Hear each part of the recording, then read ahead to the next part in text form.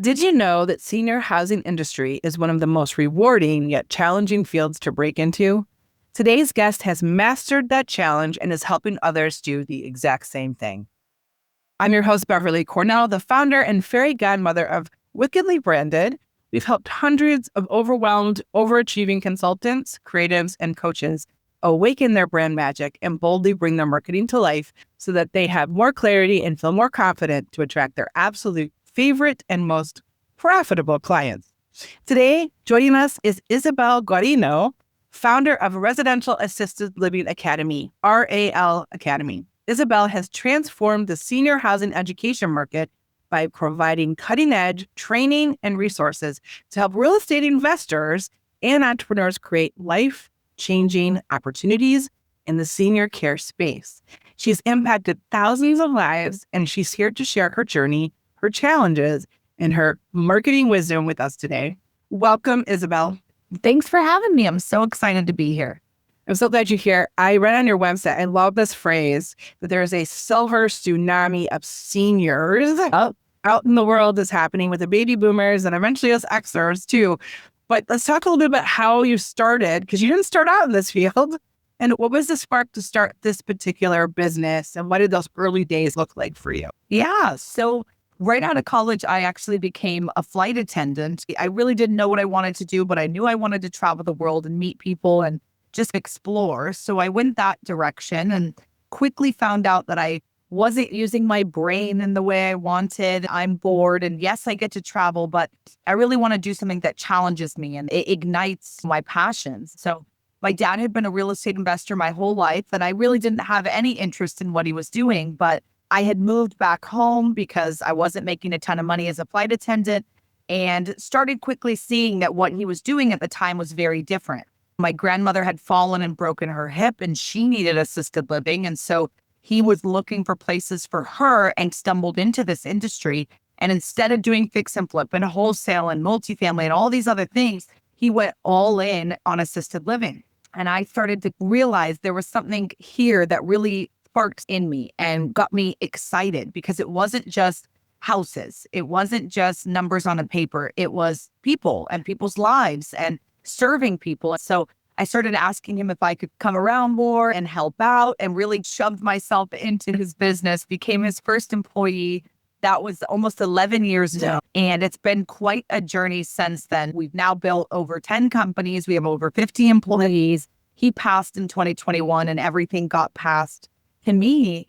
And it really has been just such a beautiful journey. And I've been all in on assisted living from the moment he let me in that door. That's like extremely special. Like, it's a bond you guys created. And then even though he's not with you, which I'm sorry he's passed, he's still with you, which is such a cool thing. I love you have this connection, because I didn't have a connection to entrepreneurship like that. I stumbled into it on my own because of a necessity to create a job for myself. I love that you have this strong familial connection that is part of your dad. I'm sure dad did things a little differently than Isabelle does things. Was that like it trying to, I don't know if it was update or change or elevate the brand in that way? Talk about that process. Yeah, when he was here, I was the integrator, and I really love being in that role. I love being number two. I love taking someone else's dreams and bringing them to reality. I don't necessarily categorize myself as a dreamer, as a visionary. I really like to catch on to someone else's excitement and bring it to fruition. I felt I'm in the perfect role for me. Nothing could go better. Everything is exactly as I'd want it to be. And that's hard, because when you're growing up, you don't really know what you want to be, right? And it's hard to say, this is the direction I want to go. But what I found was it wasn't necessarily the industry or the work. It was what I was doing every single day. I left feeling fulfilled. I left feeling proud of myself. And those are the feelings you want to feel in a job. So when he passed, it was one of those situations where it was like, can I just keep doing what I'm doing? Can someone else fill in his role? And we tried for a while to find the right visionary for us. And one of our business coaches really kept pushing and encouraging me, saying, it's you. You have to start believing in yourself and unlock this new version of you because you do have these skills, even though you're afraid to go see what it looks like and feels like on that side of it. And finally, I just said, what's the worst that happened? Fall on my face. I fail everyone and I can't feed our 50 employees, including my family. The pressure was immense. So I decided to go all in and really take over the one piece of the business that I hadn't touched before. I reserved solely for him. No one had touched. And upon doing that, I really discovered a whole new side of me. 5 years ago, I would have absolutely hated being in the public face and having to do all of this. And it really just unlocked something new in me. And I've fallen in love with being on this side of the role as well. And so I'm so grateful that I had that inspiration from him. But yeah, I do things differently. I'm a younger female. That's what I sometimes attract. Also, he attracted a lot of older people. And so it's just different age, race, ethnicity. There's such a different energy that's coming from the two different crowds that we've attracted. And I think that in a sense, people have shared with me over time, although he was so authentic and genuine, that they've really appreciated my energy and how I come at the same industry. It's just more palatable and easier to understand, maybe. It's been a lot of fun, but I definitely had to put my own twist on it. And I think for a long time I was in denial. And now I feel like I'm fully standing in my power in this role that I never knew that I had. Bravo. So many of our clients struggle with this stepping in front of their brand. This idea of being the visionary, this idea of fully living in your power. For some reason, for women, we carry this should suitcase, right? Like, you should do it this way, you should do it that way. I always say the hustle culture is not always built for women. Like, we have more of a heart culture.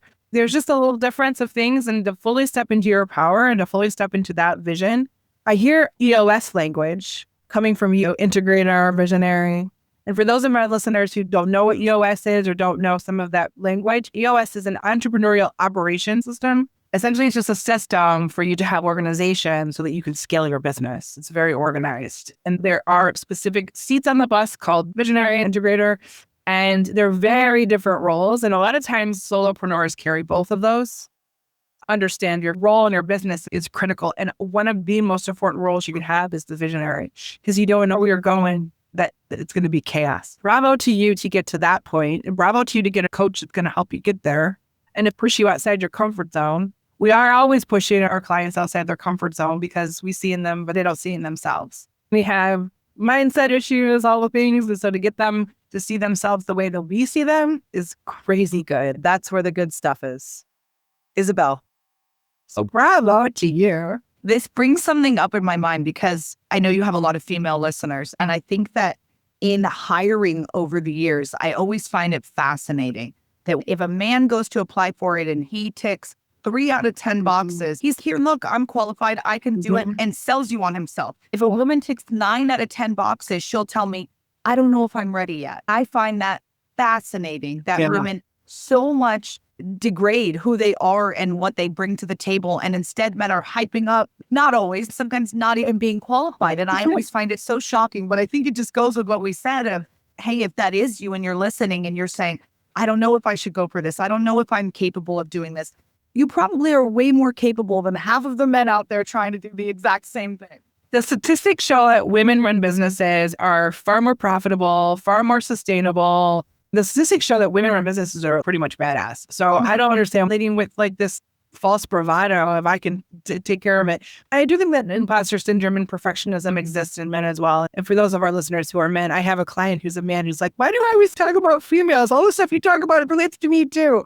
We have this perfectionism. I call them the flying monkeys of fear, doubt, perfectionism, imposter syndrome that always get in our way of us fully living in our purpose and the gifts that we've been given, our zone of genius. It is a real struggle for women specifically, but men carry this stuff too. We're not an only club of imposter syndrome. Like 70% of CEOs have imposter syndrome. And I know there's been moments where I'm like, do I really belong at this table? There's been moments, but then I have to tell myself, you know what?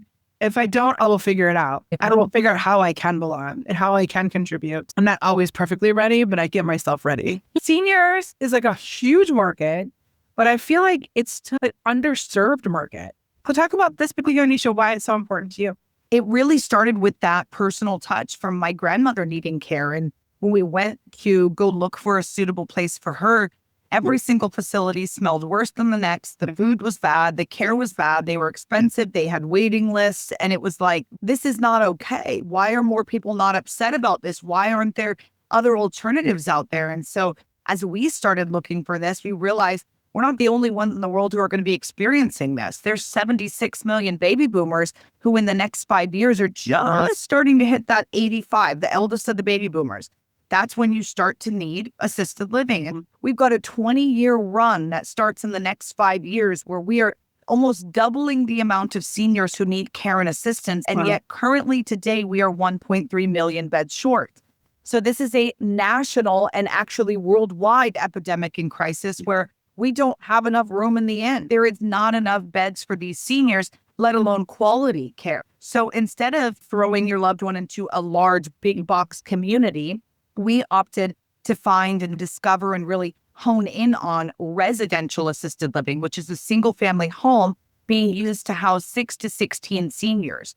And as a real estate investor, it's a beautiful opportunity because you get to own the real estate, the appreciating asset, hire the people who are going to run the day-to-day in the business. So you get to do good and do well, cash flow, and have a place for your community or your own loved ones when they need that care and assistance. We really went all in because we knew that this was actually the care that the seniors want and deserved. We saw the numbers and the silver tsunami of seniors coming, the massive influx of people who need this, and the opportunity. There's not enough of these beds and people aren't getting into this industry fast enough.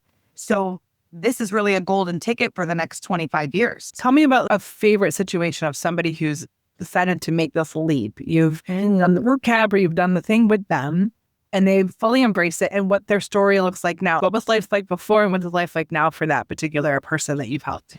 When you ask that, who comes to mind is one of our younger students. He was 27 years old when he came to the training, originally from the Dominican Republic, but was living in New York at the time. And he shared with me a story that he came from a family of broken dreams. And every time he'd try to do something, play baseball, not enough money for lessons, do salsa dancing. Oh, mom couldn't drive him to think because she had to go to work. It was just every single thing he wanted to do. It was a no, and it was all money. That was really ruining everything that he wanted to do. And he looked around and he said, everyone in my community is also struggling with this same thing. So he vowed to be the one to change his family. And he worked really hard, got into school, became the first graduate and became a nurse. And as he was travel nursing, he heard me on a podcast just like this. And I was sharing about how you can make $10,000 a month on one single family home. And he said, what? This is crazy. This is exactly what I want to do. So he came to our training, sat in the front row and really just soaked it all up. When he left our training in January of 2023, by September of 2023, he opened his first care home that was cash flowing him $19,000 a month. He's able to now provide for his mother and the rest of his family members and absolutely change his own life. The next September, he opened another home cash flowing him $21,000 a month. So now he's under 30, bringing in $40K a month on 2 doors. He decided to move from where those homes were. They're in Wisconsin. He moved and now he's living life somewhere else because you can do this remotely. You don't have to live or work in the home. That's what we teach you how to do. This has completely changed his life. And to me, when I think of someone I'm just so proud of and so impressed by, it is this young gentleman because he just decided to hear something like this, take action, and then go out and do it. And now he gets to serve seniors and really change not only their lives, but change his entire family's life and change his own life. And to me, that's what it's all about. Oh my gosh, that is all it's about. Like when we help our clients, it's about how we help them, their teams, their community, and this ripple effect that happens when you can fully live in your purpose and make those impacts and you have the kind of profit and generating ability to be able to even contribute to your community in ways you never thought possible. I love it so much because I feel like I saw that you did some missionary work and I am a Stevens minister. And so my faith is really important to me and how I give back and with the gifts I've been given and how to use them. And all the things are driving factors for me. And this idea of how they can show up differently for themselves, for their family, for their communities, it's impactful, it's powerful, but it's also an incredible legacy that you're leaving while you're here. Like it's exactly what I think we were supposed to do with the time we have on this world. And I do think that when you can help the least of these, which a lot of elderly are in that space, they're widows, they're people who are often don't have a lot of family or they don't have a lot of support when you can help them live in more of a residential, like familial type experience. It still feels like, which was so powerful. I love that concept so incredibly much. My in-laws are in their late 80s and are in a facility. It's rather small, but it's still a facility. But they say the thing that they miss is like a home. Like having their apartment is nice, but they miss the idea to have somebody there just in case and all the things, but not necessarily be like a facility in some way. Although the facility is pretty darn nice. I feel like they're living their best life right now. This season's whole focus is on the idea of activation, brand activation. This activation idea is often the hardest part of branding for people. It's the biggest challenge that they face is now they have this message, now they have this vision, now like, how do I bring it all to life? How do I make it happen? You stopped forcing money and started embodying wealth. What belief or pattern do you think did you release in order to step into that, to really activating your brand in a different way? That is a good one. I think that there is a lot of things that you can do to really start activating yourself and your brand and becoming that. And I think one of the things is not mentally separating yourself from this. You now need to become this. As much as people listening are in that solopreneur world, it's not going to work if you treat it other than. I think that there is a part of entrepreneurship where you have to commit and go all in, and it needs to be the number one priority. Work-life balance is a lie. I don't think that there's much balance in life, especially for entrepreneurs. And that's one of the sacrifices that you make, is that there's going to be seasons of your life where work is number one. And that might be hard for people to hear that, hey, work might come before your family for a certain season. But if you don't give it your all, you will never see how far it can express itself and how far it can grow. And so I do think you have to live in it and really become it and give it your 110%. It's shocking how many entrepreneurs want to see success and want to grow and want to do all these things, but they never actually give it the effort and energy that it deserves. And what you focus on grows. What you focus on really becomes what you need and want it to be. Focus, intentionality, and really becoming who you need to be and who your brand and your business need you to be is of the utmost importance when you're first starting or when you're making that leap from, hey, this is my side business, this is my little thing I have going on. Even speaking about it that way, your words are so powerful. Like, you can't use words like that. This is your brand. This is your business. This is who and what you stand for. It's not some side, some fun project. No, delete those words from your mind, right? You've got to go all in if you really want to see it get to that next level. There's so much of what you said is so powerful there. I do believe you can find some balance, but that's because you're intentional and focused about it. Not because you let your business take you wherever. You decide. The more intentional you are about your time and where you put your energy, all those things can drive it for you. But if you don't have the clarity, you don't have the focus, you don't have all that, your business will drive you and then you will be completely out of balance. That intentionality, all of those things, that's what makes it more balanceable in this world. So I agree with you. You have to have clarity in all that. You have to know how you're going to show up. Those guardrails help you have the balance when you are growing your business. I was at a season in my life for 10 years where I was not in balance and I was completely burnt out and I was completely dissatisfied. Although I loved marketing, I was doing all the things for everyone, but I wasn't doing the things for myself. Have that clarity and that intentionality to take back, to take control of your business and the destination you want to arrive to. How has your brand evolved as you've gotten clearer and more focused and more intentional? Yeah, our brand from a marketing perspective has evolved a lot. So we started with lighter colors, I'm going to say more aged or more mature looking. And now it's a lot younger, fresher, a lot brighter. We even have some neon green on our website and things like that. Our voice and our presence went from extremely professional and cookie cutter to being a lot more authentic and real. For years, they were telling me, don't do TikTok, wrong audience, don't do TikTok. And I'm like, I really do think our people are there. I grew that from 0 to 60,000 followers in literally less than 4 months because I knew our audience was there. And when I could speak to them in the way that they wanted to be spoken to, it worked, it clicked. And that's what they actually wanted to hear. They didn't want this cookie cutter professional message. That works better in certain places when you're in a live presentation. you can show that professional side. As you get to TikTok, it needs to be even more fun and silly and just like connecting with the human aspect of it. I think colors have evolved over time. I think the voice has evolved over time. The messaging in general, the more real you are in your branding, the easier it is for you to maintain a brand over time. And the more that you can really be authentically you, the longer you can last. This idea of authenticity, it's like a word that's really overused. I feel like be authentic, like a flashing neon sign, being real and truthful to you. The thing that I found in my journey to authenticity, the end result, it was almost like I didn't know who I was. I had to figure out who I was. I call that process even a little bit therapeutic because I just wanted to do the work and it showed for itself. I didn't want to have to name it, say it, show up as it, all the things. And so for me, I had to take some time to develop that out. I was so stuck in the weeds and I couldn't see the forest for the trees. I had to step away to get some clarity in that and then start showing up and just saying, you know what?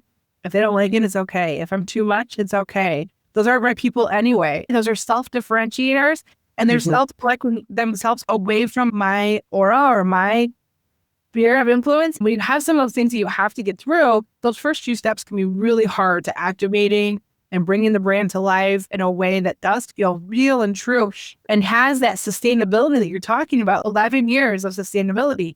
It can be a little bit therapeutic and cathartic and all the things at the same time because it is really about living in your purpose. And it is such an exercise in just being true to you. I used to wake up at 3 a.m. and be completely stressed out. Now I wake up at 3 a.m. and I'm all full of ideas. I cannot wait to do the things that I want to do. And that living in your purpose does that to you. It brings you more joy, more contentment, calm, all those things. Finding that, it's the elusive thing, but it is the thing that's going to change your business forever. And you, because I agree with you that there's going to be it's part of you. It's going to be part of your business. I mean, actually, so I'm scaling right now, Isabel. You're a little bit younger than I am, I believe. And I'm scaling my business, but I'm at a point now, what does my life look at without my business? Who am I without my business? If I sell this business, what does that look like? What will I do with myself? Because I'm so entrenched in my passion and my purpose. It's my baby. There comes another part, another evolution, Isabel, of like, who am I without this? And what does my life look like? And what parts of it am I going to take with me? And what parts am I going to let go of? Yeah. So it's interesting as a business owner when you have these different, where you like start the business and you fully integrate with the business and find your zone of genius and all the things. And then you have to separate from your business at some point. That's an insane thing. Yes, it's so good though. There's so much in it. It's so good. Okay. So if you're listening to this chat today and you're finding some things like about, I need to get clear. I need to get more intentional. Or someone needs to get clear and more intentional about their business. The focus that activating the brand needs to happen. They live more authentically and in their purpose.